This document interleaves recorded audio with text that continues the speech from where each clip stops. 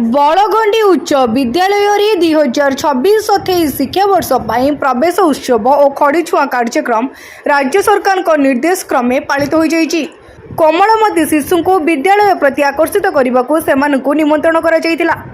सेमाने विद्यालय रे पहुंचवा समय आकर्षणीय साजसज्जा परिवेश रे फूल चंदन हुलहुली शंखनादरे पाछोटी निया जाइतिला। परे परे नुआ पिलांकु गुरुमा गुरुजी और अतिथि कोल बसाई आदर सहकारी गणेश वंदना सह ब्रह्मा विष्णु और महेश्वर तीनोटी मुंडुला नुआ सिलट और खड़ी व्यवहार कर शिखाई। परे परे विद्यालय प्रधान शिक्षयित्री अमृता साहू परामर्श क्रमे वरिष्ठ शिक्षयित्री सबिता महापात्र सभापतित्व में पुराणा और नुआ पिलांकु नहीं एक सभा अनुष्ठित होता। एथिरे पुराणा छात्री शाश्वती महाराणा निजर अभिज्ञता विषय में पिलामानकु जणाई विद्यालय प्रति आकृष्ट कराइथिले।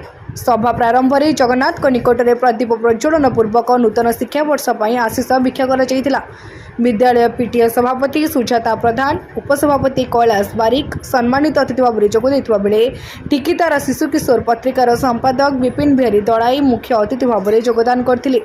विद्यालय समस्त शिक्षक शिक्षयित्री एही कार्यक्रम में सहयोग करथिले।